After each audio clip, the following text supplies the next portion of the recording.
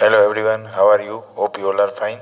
So I am here with you with a new chapter and the biology chapter, that is heredity and evolution. So in today's video you will learn about heredity.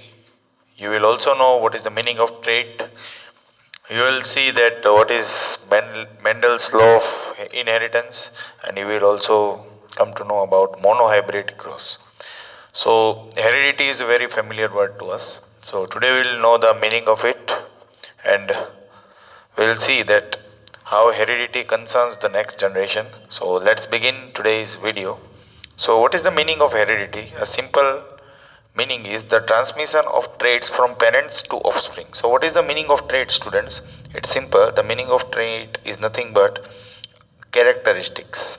Okay, it can be a physical characteristics or it can be a mental characteristics, but it's sure that it's nothing but a characteristics that are transferred from parents to the offspring. Offspring is child. Okay तो कोई भी characteristic हो physical या mental, अगर वो parents से child में जा रही है तो उसे हम बोलते हैं कि वो हेरिडिटी है. ठीक है, इट्स अ प्रोसेस. ठीक है, so heredity is a process in which a characteristic is transferred from parents to child. Like the example is given here that father has big nose and mother has blussy eyebrows, you can see, and the nose of father is big. So here you can see that the child is having a big nose as well as the eyebrows are also broad. So the physical characteristics are acquired by a child from mother and father or from a parent. Okay, so it's quite clear to you. Now let's move to variation. So what is the meaning of variation? The word itself suggests us that it is nothing but a differences or some changes. So difference in the characters or traits among the individual of species is called variation. तो जो भी differences होते हैं या changes होते हैं उसे हम बोलते हैं वेरिएशन. ठीक है, एक ही स्पीसीज में फिजिकल कैरेक्टरिस्टिक्स में जो भी चेंजेस आएंगे उसे हम वेरिएशन को डिफाइन कर सकते हैं. ठीक है, जैसे कि यहाँ पे है attached ear lobe versus free ear lobe. आप देख सकते हो यहाँ पे अटैच्ड है, ठीक है, और यहाँ पे फ्री ईयर लोब है. आप देखो अटैच्ड नहीं है स्किन के साथ. ठीक है, सेम वे अगर आप कलर ऑफ आइज देखेंगे तो कई अलग अलग कलर की आइज आपको दिखेगी. साथ में अगर आप हाइट देखेंगे तो फिजिकली किसी की हाइट है वो बहुत ज़्यादा होगी जिसे हम टॉलनेस बोलते हैं, और कोई है जिसकी हाइट नहीं बढ़ती उसको हम ड्वार्फिज्म भी बोलते हैं, जो ग्रोथ हार्मोन से डायरेक्टली डिपेंडेंट होता है. ठीक है, तो अब हम आगे बढ़ेंगे स्टूडेंट्स. तो ट्रेड्स मतलब कि कैरेक्टरिस्टिक्स है उसके भी टाइप्स होते हैं. कैरेक्टरिस्टिक्स है उसके भी टाइप्स होते हैं. There are two types of characteristics. First is acquired traits. तो स्टूडेंट्स नेम से ही आपको मीनिंग थोड़ा मालूम होना चाहिए कि एक्वायर्ड का मतलब क्या है, कुछ गेन किया हुआ. तो एक्वायर्ड ट्रेड्स है वो कहाँ से आते हैं स्टूडेंट्स? एनवायरनमेंट या फिर सराउंडिंग से आते हैं. ठीक है, एनवायरनमेंट या फिर सराउंडिंग से एक्वायर्ड ट्रेड है वो आ सकते हैं. So traits which are acquired due to interaction with environment are called acquired traits. Acquired traits are not inheritable. Very important point. कभी भी आप एक्वायर्ड ट्रेड्स है वो आपके पिताजी या माताजी से नहीं गेन कर सकते. ठीक है, acquired traits are always gain from the surroundings और द एनवायरनमेंट. एक्वायर्ड मतलब कि आपने खुद से ही एक्वायर किया है environment. For example Sachin Tendulkar ji जो है वो क्रिकेटर है. ठीक है, उनके पापा है वो क्रिकेटर नहीं थे, तो सचिन को क्रिकेटिंग क्वालिटीज कहाँ से मिली? एनवायरनमेंट से. उन्होंने गेन किया है. He has acquired the characteristics. Okay, so now I think you are clear. For example, if a boxer develops bulging biceps, boxer के पास biceps है, it does not mean that this son would also be born with a good biceps. Okay, so you all getting? तो उनको सन को भी मेहनत करनी पड़ेगी physical, right, तब उनको गेन होगा. सो acquired traits are not inheritable. Okay, very good. See, आपको अच्छे बिहेवियर करना, आप अच्छे हो पढ़ने में, ये सब आपने एक्वायर किया है. ठीक है, you are making a very good friends. ठीक है, आपके पापा है वो बहुत अच्छे फ्रेंड बनाते हैं, आप नहीं बना पा रहे हो. So you have to acquire the characteristic, right. आपके ऐसे बिहेवियर होना चाहिए कि आपके फ्रेंड्स बन जाए, right. So there are many example for acquired traits. Now inherited traits. Inherited मतलब इसमें हेरिटेड वर्ड आया है, मतलब कि ये ट्रेट कैसे हैं जो आपको मिले हैं आपके पेरेंट्स से, ठीक है। So traits can be expressed in subsequent generation are called inherited traits, मतलब कि the traits which are inherited from your parents, that is nothing but inherited traits. Such traits bring a change in genotype of organism, मतलब कि jeans में फर्क ला सकते हैं, jeans में, ठीक है। जो डीएनए के अंदर जीन्स होता है, एक पार्ट होता है, उसमें फर्क ला सकते हैं। And that's why the child will have the property of their parents. I hope ये सब कुछ आपको क्लियर हो रहा होगा। इनहेरिटेड ट्रेट्स में क्या क्या चेंज हो सकता है? आई का कलर, स्किन का कलर, हेयर कलर, कर्ली और स्ट्रेट हेयर आ सकते हैं आपके पेरेंट्स से, डिम्पल्स आ सकते हैं, फ्रिकल्स आ सकते हैं, या हाइट भी बढ़ सकती है। Okay, so this all are inherited traits. So I hope आप सबको इनहेरिटेड और एक्वायर्ड ट्रेट्स के बारे में अच्छे से समझ में आ गया। अब हम आगे बढ़ते हैं। Now students, what is chromosome? You already learned in class 9। It's like a thread like structure which is present in a nucleus of cell. See, this is a cell and the middle part is nucleus. You can clearly see in the picture. तो उसके अंदर DNA होते हैं, ठीक है। DNA जो होते हैं वो बनते कैसे हैं स्टूडेंट्स? ये क्रोमोसोम हैं, वो डिवाइड होकर ही फिर बन जाते हैं डीएनए। सेल डिवाइडिंग प्रोसेस जब होती है तब ये डीएनए बन जाते हैं। तो इसे ही हम ये थ्रेड लाइक एक स्ट्रक्चर को क्या बोलेंगे? क्रोमोसोम बोलेंगे, ठीक है। Now what is genes? So genes are the units of heredity which transfer characteristics from parents to offspring. Offspring is nothing but your child. Offspring का मतलब होता है child. तो जीन क्या कैरी करता है स्टूडेंट्स? जो भी इनहेरिटेड कैरेक्टरिस्टिक्स है पेरेंट्स में से वो इनहेरिट करता है वो चाइल्ड में, ठीक है। Gene is a unit of DNA, एक पार्ट है डीएनए का। On a chromosome which governs the synthesis of one protein that controls a specific characteristic or trait. Student simple भाषा में अगर समझाऊं तो अगर ये डीएनए है तो उसमें बीच में जो है वो क्या है? ये है आपके जीन। मतलब ये जीन है वो किससे बना होता है? प्रोटीन से बना होता है। कई बार मैंने एक्सप्लेन किया है, ठीक है।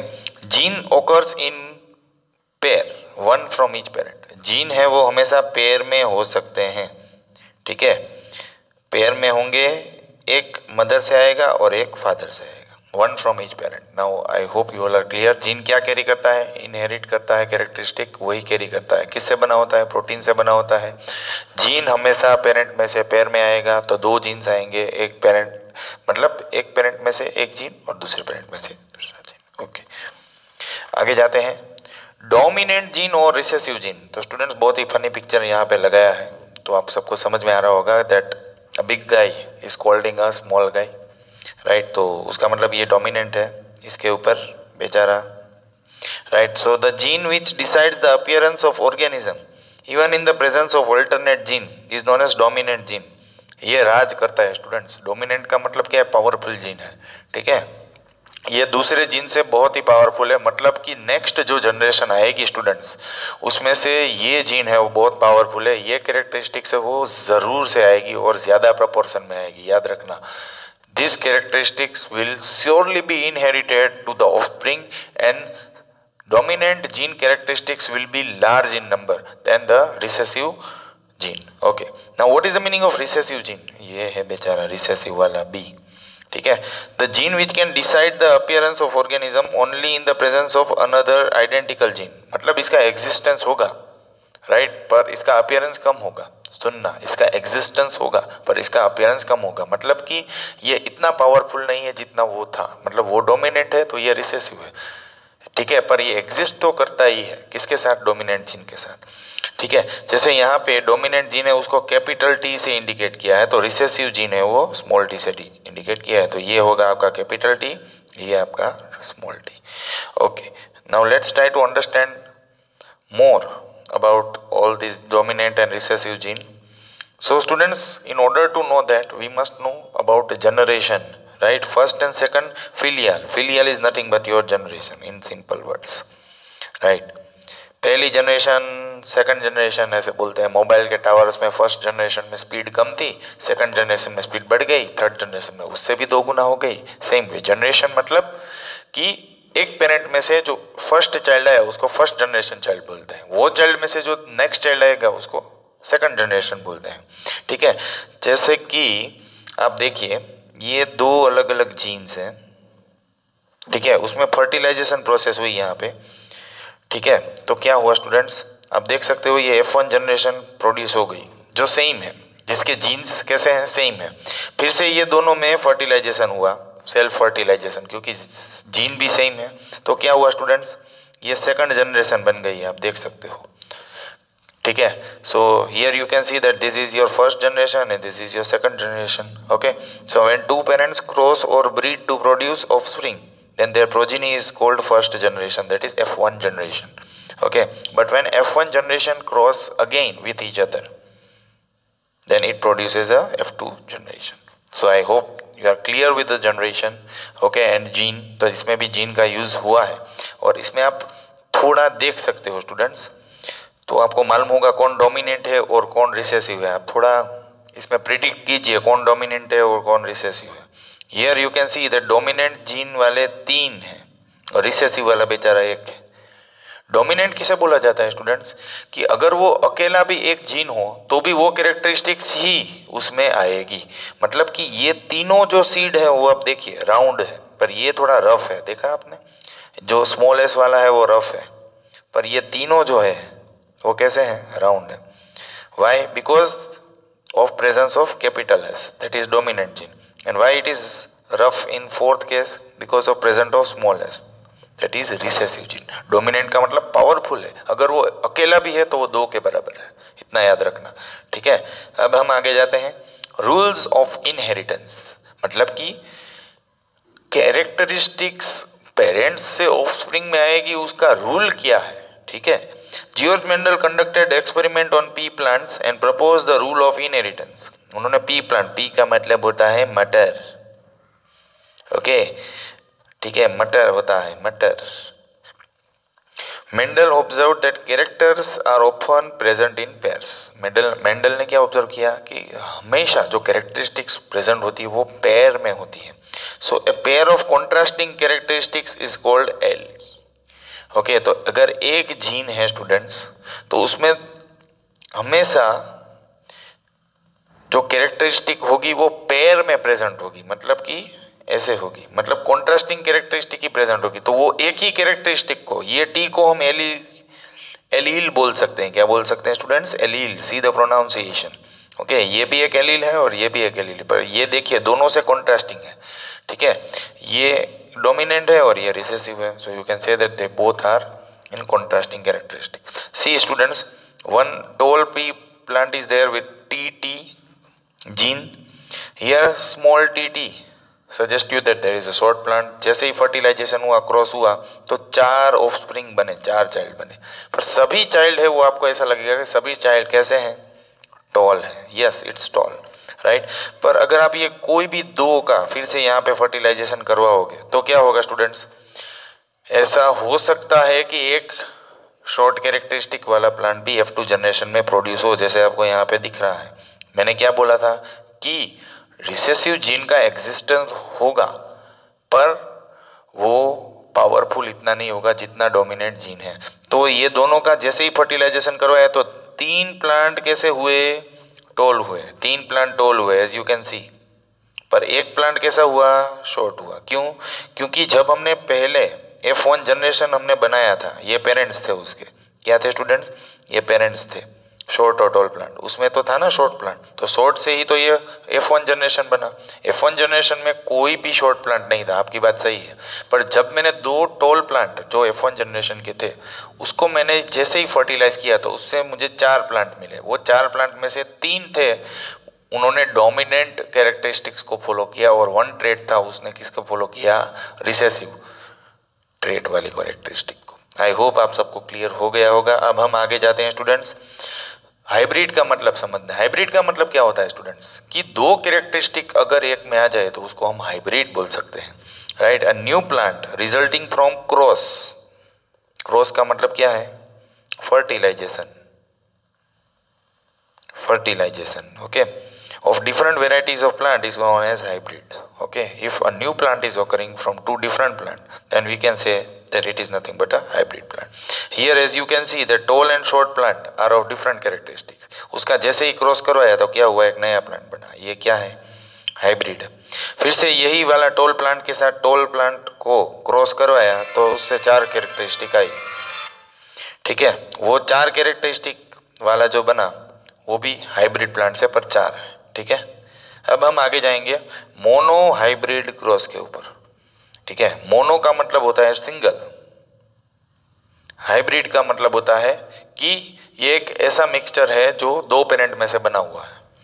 ठीक है, सिंगल है, सिंगल चाइल्ड में से जो हमें मिलेगा उसका ही क्रॉस करवाना है। चलिए समझते हैं। The cross in which only one pair, कितनी pair, one pair of contrasting characteristic is studied is called monohybrid cross. मतलब यहाँ पे एक ही पेयर होगी, टी टी, एक जो है डोमिनेंट और दूसरा वाला जो है स्टूडेंट्स वो है रिसेसिव। ठीक है, डोमिनेंट का मतलब अगर ये अकेला भी होगा तो वो 2 के बराबर है। मतलब तो देखिए स्टूडेंट्स, उन्होंने भी एक पेयर सिलेक्ट की थी कॉन्ट्रास्टिंग कैरेक्टरिस्टिक की। एक थी टॉलनेस मतलब कि कैपिटल टी, और एक थी शॉर्टनेस मतलब टी, और ये पेयर में दोनों आ गए हैं। मैंने दिखाया यही है, इसका उन्होंने क्रॉस करवाया। ठीक है, फिर क्या हुआ वो हम आगे देखेंगे। तो स्टूडेंट्स सबसे पहले आप ये देखिए पेरेंटल क्रॉस करवाया है। ठीक है, पेरेंट्स में 2 पेरेंट्स थे, आप देख सकते हो, टॉल और डॉर्फ के लिए। डॉर्फ का मतलब होता है शॉर्ट। ठीक है, टॉल के जीन्स है यहाँ पे, और मैंने आपको बताया था जीन्स हमेशा पेयर में ही होते हैं। ठीक है, अगर ये मदर का है, ये फादर का है, कोई भी हो, जीन्स हमेशा पेयर में होंगे, दोनों इंडिविजुअल से आएंगे। ठीक है, सो यहाँ पे आपको 2 जीन्स दिख रहे हैं। अभी फिनोटाइप का मतलब क्या होता है students, physical characteristic. Physically tall वाले जीन का हमने शॉर्ट वाले जीन के साथ क्या करवाया है, क्रॉस करवाया है। तो आप देखिए उससे जो गैमेट्स फॉर्म होंगे, ये इसका आप क्रॉस करवाओगे स्टूडेंट्स, तो इसमें जो गैमेट्स फॉर्म होंगे, इससे जो नया ऑफस्प्रिंग बनेगा ये आपका F1 जनरेशन होगा। ठीक है, सभी जीन्स होंगे, मतलब ऐसे 4 जीन्स बन सकते हैं, टी टी और बनेंगे टी टी, और एक बनेगा टी टी, पर ये 4 1 2 3 और ये 4 सभी में यही कैरेक्टरिस्टिक्स होंगे। पर मैंने क्या बोला था कि अगर एक भी कैपिटल टी है तो सभी प्लांट्स हमारे कैसे होंगे, टॉल होंगे। तो हमने 2 प्लांट्स लिए थे फिर से। ठीक है, प्लांट्स कैसे थे, एक टॉल था और एक शॉर्ट था, मतलब दोनों का फिनोटाइप समझ में आ गया। ठीक है, टॉल था उसका क्या था, जीनोटाइप, जीनोटाइप मतलब जीन्स में क्या था, टी टी, और जो शॉर्ट प्लांट था उसमें स्मॉल टी स्मॉल टी। ठीक है, उसका जैसे ही आपने क्रॉस करवाया, ठीक है, तो क्या हुआ, 4 ऑफस्प्रिंग जनरेट हुए, 4 ऑफस्प्रिंग स्टूडेंट्स जनरेट हुए। फिर से मैं यहाँ पे बता रहा हूँ, 4 ऑफस्प्रिंग है वो ऐसे होंगे, T T T T T T और एक टी टी, जिसमें एक कैपिटल टी है और एक स्मॉल टी है। ध्यान रखना है स्टूडेंट्स, दोनों कैपिटल नहीं कर देने हैं और दोनों स्मॉल नहीं कर देने हैं। ठीक है, क्योंकि आप इसका कोई भी क्रॉस करवाओगे तो एक ही कॉम्बिनेशन बनेगा जो है स्मॉल टी कैपिटल टी। ठीक है, तो सभी प्लांट्स जो बने उसका फिजिकल नेचर कैसा होगा, सभी प्लांट्स जो बने वो टॉल नेचर वाले होंगे। तो आप देख सकते हो टॉल और शॉर्ट का जैसे ही आपने क्रॉस करवाया तो सभी प्लांट्स जो बने वो कैसे थे, टॉल प्लांट्स थे। Okay, very good. So this is your F1 generation जिसमें आपको 4 प्लांट्स मिले। अब स्टूडेंट्स हमें F2 जनरेशन के ऊपर कॉन्सेंट्रेट करना है, जिसमें हम क्या करेंगे, यही दोनों का क्रॉस करवा देंगे। किसका स्टूडेंट्स, टी और टी का, ये दोनों का क्रॉस करवा देंगे। मतलब 2 टॉल प्लांट्स, मतलब कि जिस 2 ऐसे प्लांट है जिसका फिनोटाइप तो टॉल प्लांट है पर जीनोटाइप है वो T small T capital T है। ठीक है, उसका हम क्रॉस करवाएंगे। तो आप देखिए स्टूडेंट्स, यहाँ पे हमने 2 बार लिया है। ठीक है, ये हमने 2 बार ये जीन्स लिए हैं। ठीक है, उसमें से अगर आपको मालूम ही होगा दोनों का फिनोटाइप टॉल है क्योंकि डोमिनेंट कैरेक्टरिस्टिक प्रेजेंट है। ठीक है, आप थोड़ा देखिए, तो अगर आप ये टी को यहाँ पे रखते हैं, स्मॉल टी को यहाँ पे रखते हैं, same way from another individual of parent that is capital T over here, small T over here, अगर क्रॉस करवाएंगे फर्स्ट टी को दूसरे इंडिविजुअल के साथ तो कैपिटल टी रिजल्ट होगा। आप देख सकते हो ये टी का ये टी के साथ कॉम्बिनेशन करेंगे तो क्या होगा, small T sorry capital T. Same way ये कैपिटल टी को अगर आप क्रॉस करवाते हो ये वाले स्मॉल टी के साथ तो दूसरा मिलेगा आपको capital T small T again, और दो बाकी है स्टूडेंट्स। तो आप देख सकते हो यहाँ पे दूसरा जो जीन है उसका अगर आप क्रॉस करवाओगे दूसरे प्लांट के साथ तो तीसरा आपको नया जीन मिलेगा जिसका फिर से जीन्स होगा capital T small T and at last अगर आप दो स्मॉल टी को कंबाइन कर दोगे तो यहाँ पे मिलेगा आपको स्मॉल टी। और मैंने आपको क्या बताया था कि अगर एक भी कैपिटल टी है तो वो प्लांट का फिजिकल व्यू होगा टॉलनेस और स्मॉल टी है तो उसका फिजिकल व्यू होगा शॉर्टनेस।